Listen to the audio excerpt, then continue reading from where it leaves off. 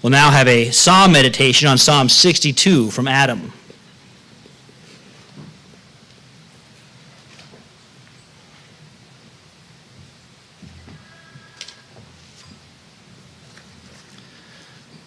All right. Psalm 62 is a declaration of exclusive trust in God, and it beautifully reflects the mind of Christ. His posture of surrender, his confidence in the Father, and his rejection of worldly strength. So it begins with the word alone or only. Verse 1, for God alone my soul waits in silence. This silence isn't emptiness, it's stillness of faithful submission. It's the same silence we see in Jesus, who stood before Pilate and the crowds and was there without protest. His soul was anchored in the Father's will. In this case, the same can be said of David. His silence is not weakness, it's a heart subdued in the presence of God. Verse 2, he alone is my rock and my salvation, my fortress, I shall not be greatly shaken. These are poetic metaphors, but they're also lived realities.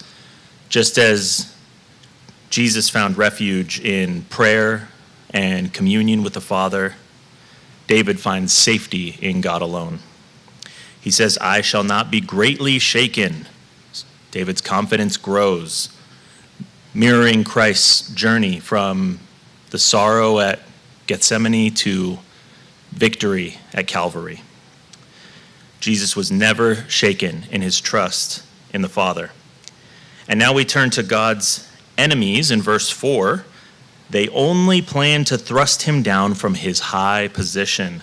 They take pleasure in falsehood, they bless with their mouths, but inwardly they curse.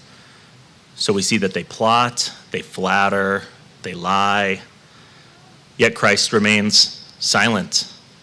When he's reviled, he doesn't revile in return. He saw through the facade of the worldly powers.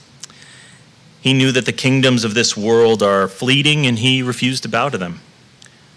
Verse 5, for God alone, O my soul, wait in silence, for my hope is from him. So we see the idea of speaking to your own soul here. O my soul, dear soul, please listen. Wait only on God. Christ himself often returned to prayer, especially in moments of pressure. And we're warned against placing our trust in the temporary things of this life, which can basically be all of the things of this life, right? Whether in people or wealth or status. And Jesus lived this perfectly. He had no place to lay his head, no earthly riches, and yet he lacked nothing. Verses 6 through 8. He only is my rock and my salvation, my fortress. I shall not be shaken. On God rests my salvation and my glory, my mighty rock, my refuge is God. Trust in him at all times, O people. Pour out your heart before him. God is a refuge for us. The language again here is deeply personal. My rock, my salvation, my glory, my refuge. And here Christ invites us to pour out our hearts, inviting all who are weary to come to him. He is the refuge for the broken, the safe place for the soul. But the worldly, you say, they live such cushy lives. They seem to have it pretty easy, right? So maybe we should follow them. Why shouldn't we follow them in the things that they follow? Well, verse 9. Those of low estate are but a breath. Those of high estate are a delusion. In the balances they go up, they are together lighter than a breath.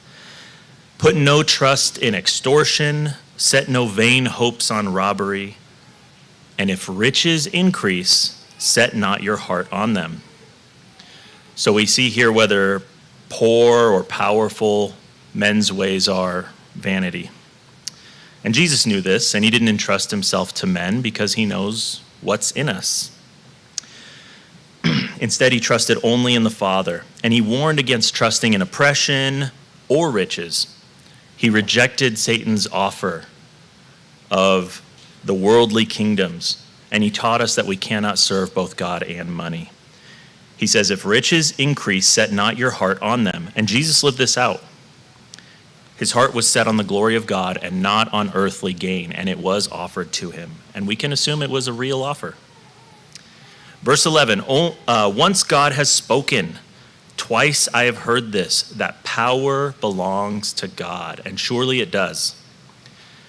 And interesting here, God only needs to speak once, clearly and immutably, but we ought to hear twice, with our ears and with our hearts. Last verse, verse 12, and that to you, O Lord, belongs steadfast love, for you will render to a man according to his work. This can sound like works righteousness, so I'm going to lean on Spurgeon. We got a great quote here from Spurgeon. God is not a hard master. He does not bid us to make bricks without providing straw. He metes out to us the strength equal to our day. So we have power and mercy blended and have a double reason for waiting only upon God. Man neither helps us or rewards us, but God will do both. In him power and grace are eternally resident. Our faith should therefore patiently hope and quietly wait, for we shall surely see the salvation of God. So in conclusion, this psalm teaches us to think like Christ, to trust in God alone, to reject worldly strength, and to rest in the power and mercy of our Father with the quiet strength of faith. Thank you.